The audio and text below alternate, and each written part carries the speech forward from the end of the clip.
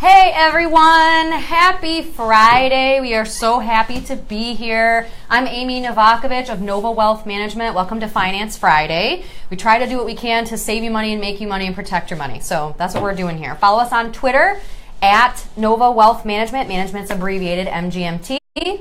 Like us on Facebook and share this video because we're going to have all kinds of good stuff come out of the video. Hey guys, thanks for joining. Hey Megan. So we're going to have all kinds of good stuff. So share this video if you like it. Like us on Facebook, follow us on Instagram, and subscribe to our YouTube channel, Nova Wealth Management. We have all kinds of good little short videos on there as well. This day for me is going to go down in the history books because I not only get the pleasure of interviewing an amazing, intelligent human being and a wonderful professional, but a good friend of mine. Yes.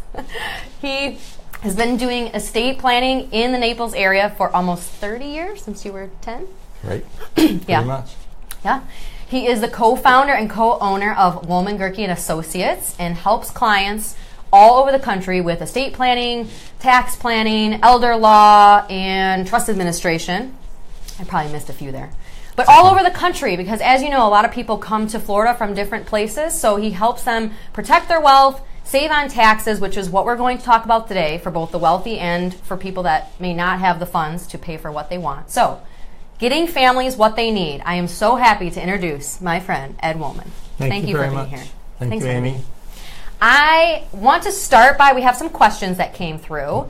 So, I have several questions I'm going to ask Ed, and then once we're done with that, we're going to get into some strategies for the wealthy, and then we'll also get into some strategies for the not so wealthy that maybe don't have the funds to pay for the long-term care that they need or whatever it is that they want to fulfill, their goals that they want to fulfill. So, okay, I have some questions. All right, ready? I'm ready. On the fly. Okay, this is a pretty easy one, but I'm going to ask it anyways because it was a question. So, if my parents, and this probably will be my situation, if my parents have debt, or your aunt or your uncle have debt, or whatever, whoever it is, and you're the executive of their estate, are you responsible for their debt? How does that work? Right. So even between a husband and wife, you're not responsible for each other's debt in most circumstances. Great. So if you're an executor or a trustee, you're only responsible for the assets that you have in your control. Okay. So if you're handling an estate, you have to find the assets, gather the assets, and then you're only responsible for doing a good job with the assets that you were given. But you have to use the assets to pay off the debt, yes? It all depends. They have to go through a process where they have to request the debt be paid, and you have an opportunity to either say, stop, I'm not going to pay you, I'm not sure if the debt is valid, but then once you go through this process, the claims period, then you determine if the debt is valid. Once it's valid, then you can pay off the debt. And this is probate court that determines this? It's probate court, but it's also through the trust administration as well. It used to be only in probate you had to pay your debt, but they expanded it to trusts as well. So if you have a revocable trust, you might avoid probate, but you haven't avoided paying your creditors. Right. Okay. And so that brings up another interesting point. So if you are, because I think the person that asked this question is in, which is a whole different thing, and a different question that was asked by somebody else as well. Business with your parents. So it's technically the business's debt, not their debt. So in that case, you would semi be responsible because it's the business's debt. So if the parent passes away, now in a sense, in that case, you're responsible. But that was another question. Let's take a step back on that one. So if you have credit card debt or business debt, on the credit card debt, say the husband and wife have a credit card together. Okay. They're both liable. So just because one passed away, you still owe the money on the credit card. Right. Whereas if it was the husband's credit card and he dies, the wife's not responsible. She only has to pay the credit card debt using his money. So if you have joint credit cards... So what if there is no money? Then you the just can't credit pay card it. just evaporates. That's what the creditor claim period is all about, determining whether there's enough assets to pay the debt. I'm trying to help you guys out. Determine if the debt is valid and then paying for it. But going back to the businesses don't die in and of itself. So the husband dies, he's in business with his children or his wife, those businesses live on, the debt is part of the business, they're still liable for that debt. Right, so that was the next question. So in business, so what are some ways to protect business assets from creditors? Again, if you owe the money. So it's really a matter of whether it's valid debt. They're afraid of getting sued. Well, then you have to have appropriate umbrella insurance. So when you're dealing with Amy, and she does a comprehensive, when she does comprehensive financial planning, one of the pieces of the financial plan, one of the 5 advisors, is going to be the property and casualty insurance agent. Absolutely. And I know you're extremely close with several of them. So somebody like Ed Kastner would be somebody you'd call to take care of that. We had Ed Kastner on a live, so. Yes, but we definitely have people that we can talk to. So just for a lot of the people joining, we're talking here with Ed Wollman of Wollman, Gerke and Associates, and we're talking about different ways. So far we've talked about, hey Aunt Lavanda, so far we've talked about different ways that you can protect in your business about creditors from creditors, and then also if you have a parent or somebody that you're going to inherit debt from, if you're liable from that debt, and the answer was really no, which is a good thing. Okay, so next question. When do you need a trust? So it's not a matter of when do you need a trust, it's when should I get organized with my estate plan. So you want to get organized as soon as possible, whether you have young children, you're planning on taking care of them if you should pass away, and you want to get them to go to college, be able to have the money to go to college, pay for a first home, and to be able to help them out. You don't want to give them a pile of money when they turn 18 years old or even 21 years old. You want to give them that money judiciously, slowly, as they need the wealth to pay for things. Right. So those are what trusts are. They're setting up a vehicle where you're entrusting somebody else to take care of your money when you're gone. So when you do their financial plan, if you happen to provide them with a life insurance solution and they receive $1 million of term proceeds from the term policy, that $1 million should go into a trust so the money doesn't get blown quickly, but instead it could be used carefully over a long period of time. Well, and we've talked about some of the planning that we've done too, because let's face it, you have to consider divorces. So if you have your own money that you want to go to your children and then to your grandchildren, what Ed does a lot with, I know a lot of my clients, is if your child gets divorced, right, and your wealth passes on to your kids and your grandkids, and your child had passed away, then your wealth can end up going to their ex-spouse if they're the legal guardian, right, of their children. So this is a major planning technicality that can be taken care of with a trust that does not take that long to come up with. So another question that I know I've had in the past, I didn't get it specifically on this, but what if you don't have a will? What if you have nothing? What if you have done nothing? Under the Florida law, as is true with all the other states, when you pass away, you either have a will and you die with it's called testate, or you have no will and it's called intestate, which isn't that horrible because the money will go to your natural heirs anyhow. So it will go to your children, and if you're married, a portion will go to your spouse and a portion will go to your children. You just have no control, really. You don't have as much control, and you obviously don't have any ongoing trust to protect the assets. Right. I'll tell you a story. Many years ago, I had a man who married a woman and died shortly thereafter. He had no children. So under the Florida intestate rules, the money would go 100% to the spouse. But we know he wanted the money to go to other family members as well, but he never got around to finalizing his will, so all the money went to the surviving spouse who he had only been with for a very short amount of time. Yikes. Yikes.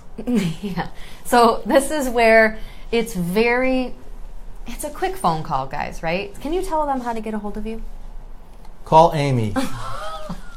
Go to novawealthmanagement.com and go to the contact us, or message me and I'll give you their phone number. But Wollman, Gerke and Associates, so we can get through to them and ask them all more questions, because I know you have some.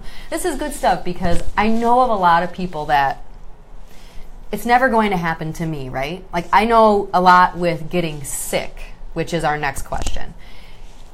Long-term care I'm talking about. So it's never going to happen to me. I hear this all the time. Do you hear this too? I have a gun in the nightstand, right? No, that's I my don't long-term either. care planning. Right. I have a gun in a nightstand. Yeah, I had one no, client tell me once, I'm going to go on a cruise, and I'm going to jump off the back of a cruise ship. Nobody wants to go to a nursing home. Nobody wants to go to a nursing home.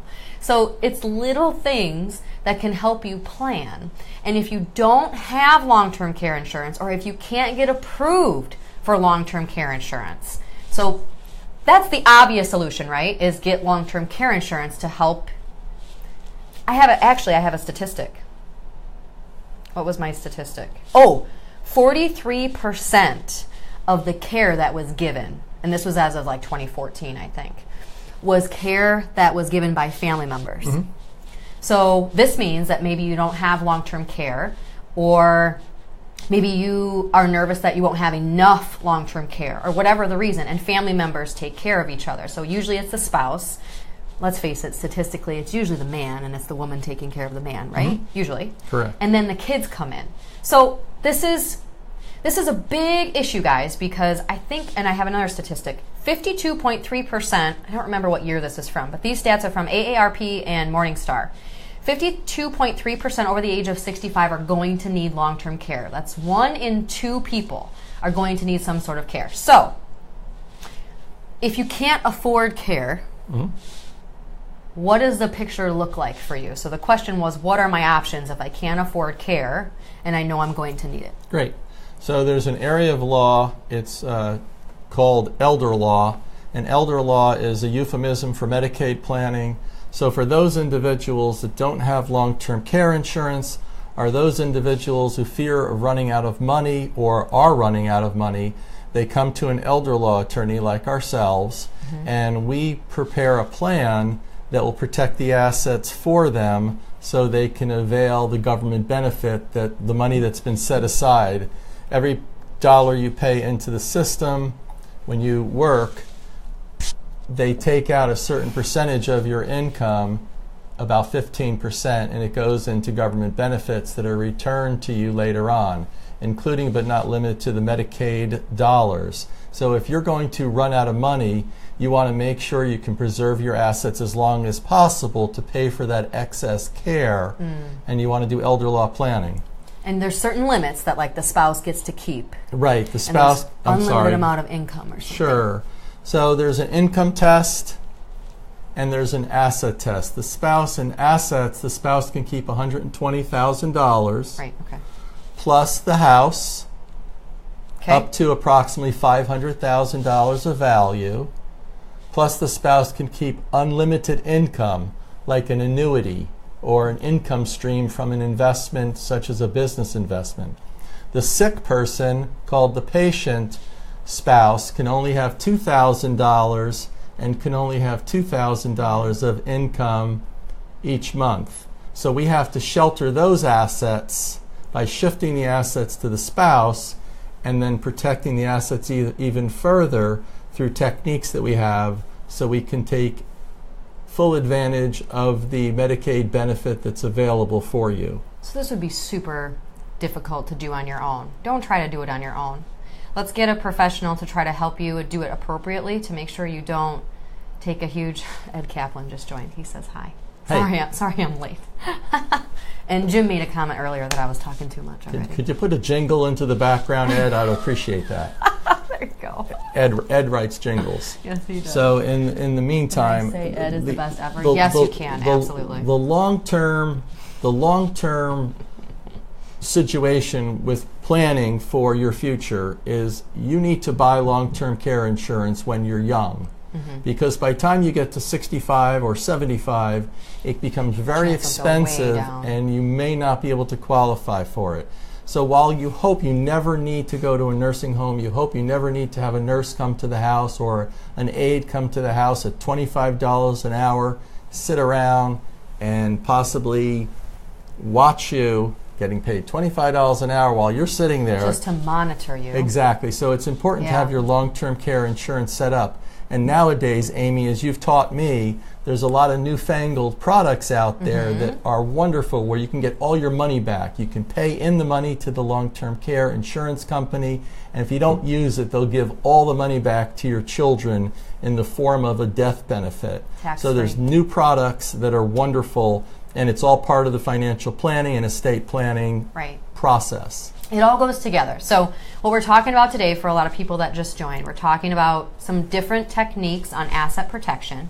And we've just went into some certain questions for Ed. Ed Wollman is here. That's what I got from Amy. It's awesome. Yeah, I did give him that. I had to argue. How long did I argue with you, Ed? I argued like... Anyway, it doesn't matter. Well, look, I'm sure you don't see that in Amy, let me jump in. But sure. My mother's used her long-term contract. Yeah. My dad passed 3 years ago. He used his long-term care contract for like 5 years. His wife used her long-term care contract for the entire term of the contract. And their money had to hold up all the way through that period of time. And then when the contract terminated, they had to have enough money then to pay for the rest of their life. So we created an interfamily loan where we lent them money so they wouldn't have to sell their house and they wouldn't have to cash in their IRA. So there's some things you can do with your family members to protect your assets as well. So the long-term care contract dovetails in with the rest of your estate planning. That's great. I love that idea. Okay, so we talked about the questions, but now we're going to break off into the extreme and the not so extreme. So we're going to go into some strategies that you can do to protect wealth. I don't know what you would categorize as wealth. I'm going to let you say that. And then some other strategies, again, maybe it's back on the Medicaid, but if you don't have a lot of assets, what are some basic things that you need to do to make sure you're organized and make sure your family is taken care of?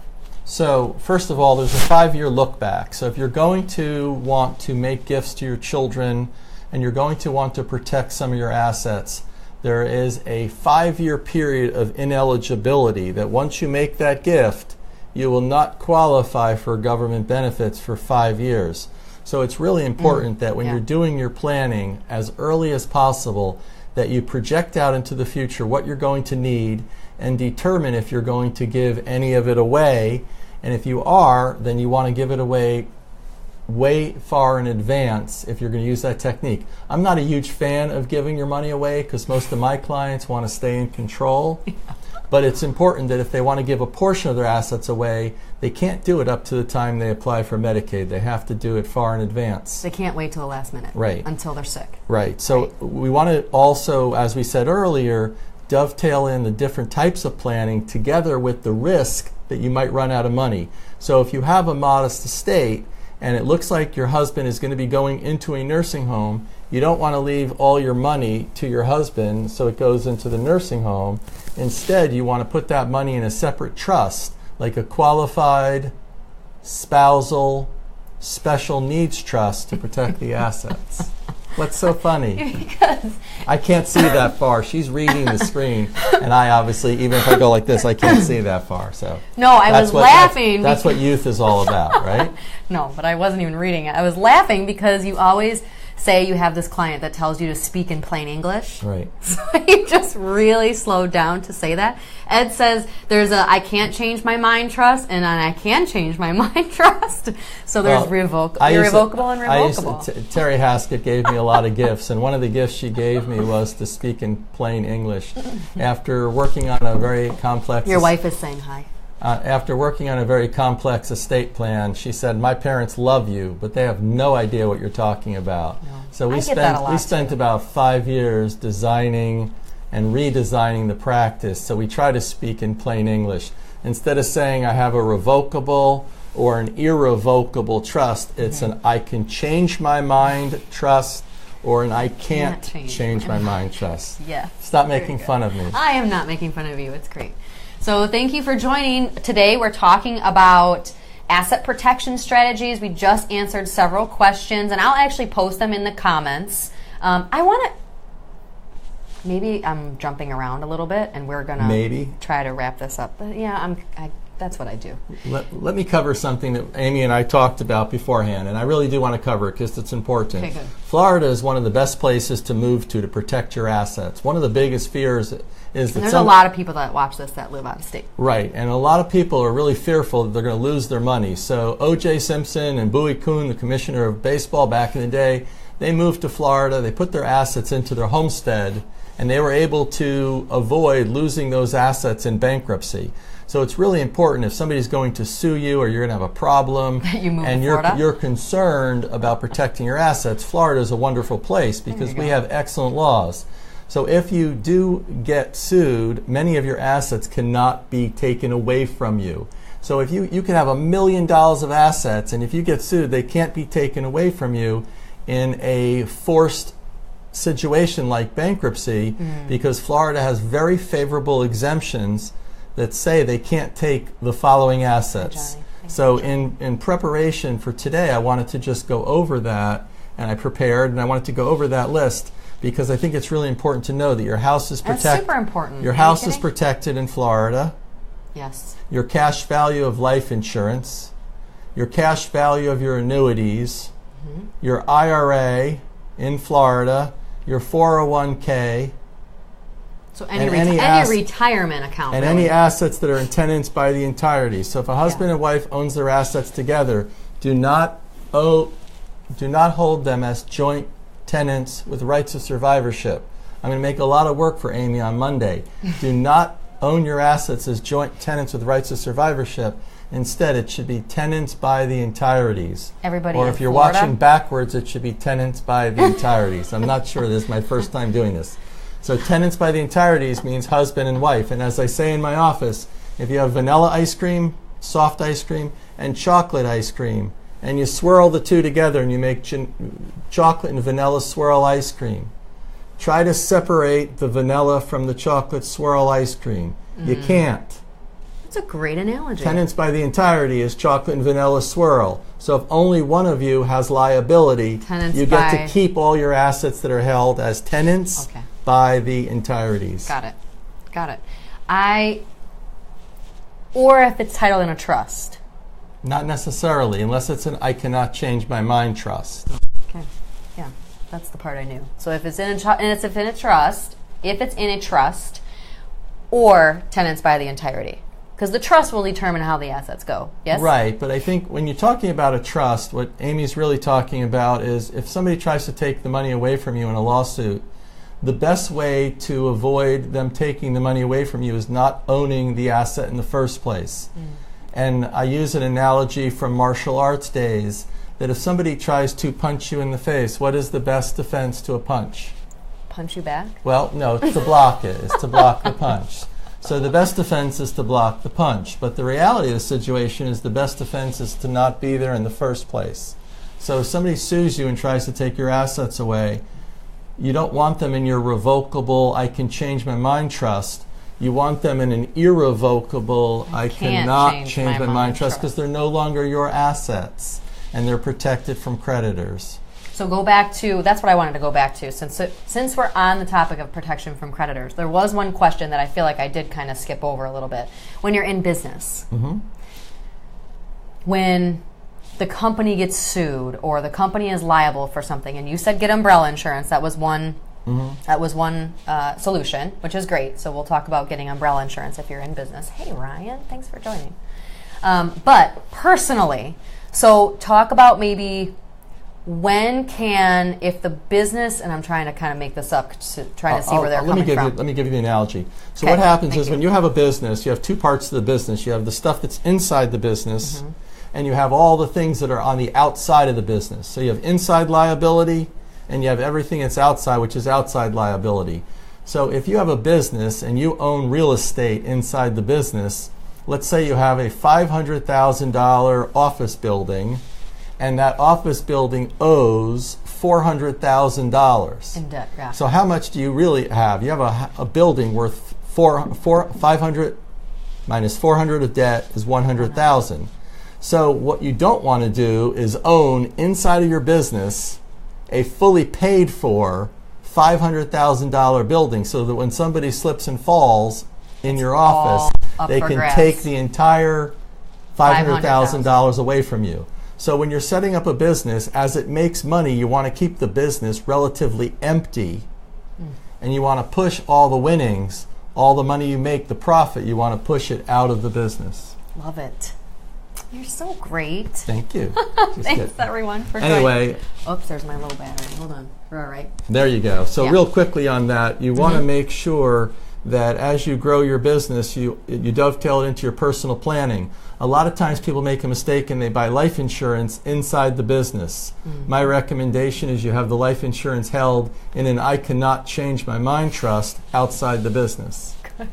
So that it's not part of the business, so you don't lose it in a lawsuit. Change my mind. Wait, no, an irrevocable I cannot change my mind trust. You got it. And the last thing was, so we talked about the one extreme of how to protect some assets if you've got a sizable estate, but now the other extreme. So there was one other thing that you wanted to mention. Right. So with if you have a lower net worth and you're afraid of running out of money, you don't want to give it away probably. You want to keep it.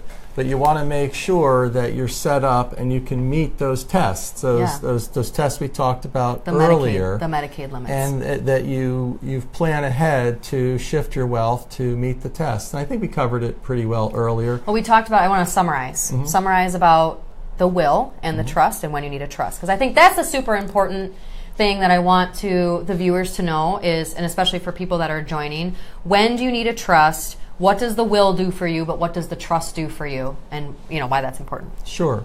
So what you're really doing is getting organized. You want to be crystal clear as to who you want to make medical decisions for you. You want to be crystal clear who you trust to make financial decisions for you. And you want to write all that down. And basically you're going to have 6 documents: a living will, a HIPAA release, and a healthcare surrogate. So there's 3 medical documents and there's 3 financial documents. A durable power of attorney to pay your bills and to take care of your money. A trust to house all your assets and to tell other people when the money can be distributed to them later on and protect the assets from outsiders so your children and your spouse are protected from creditors. And a simple will that says, I forgot to listen to Amy and Ed, and I have probate. If you have to open up your will to see where the assets go, you're going to have probate. So you have 6 documents, 3 medical and 3 financial, and that makes up the overall plan. Plan early and plan often. So I get a lot of questions. So when, let's say, a parent is already sick, and the kids will come in and say, can't I just put my name on their account so I can take care of everything? Talk about that a little bit. And real quickly, there's a lot of ways to title. I know a lot of you have done that strategy. There's a lot of ways to title your assets that are just crazy. So if you just add a child on real quickly for convenience, then your entire brokerage account could go immediately out to your children when you die. You've avoided probate and you've avoided lawyers, but you haven't fulfilled your plan what you wanted to take care of everybody and have it go according to your trust. Now you've completely decimated your plan because instead of following the trust document, it just went immediately outright to your child, and that child can lose it in a lawsuit or a divorce or because they're not very good with money. So we want to make sure that your wishes are laid out and that your trust is fully funded. We're not negative, we're positive. We positively want to make sure the children don't blow the money. Yes, right. On that note, it's been a pleasure being here today. Yes, this has been great. If you have more questions, you should come back more often. All right. I will. If you have more questions, go to novawealthmanagement.com and contact us, and I will get you in where you need to be. Thank you so much for joining, and we will see you next Friday. Bye. Bye. Thank you.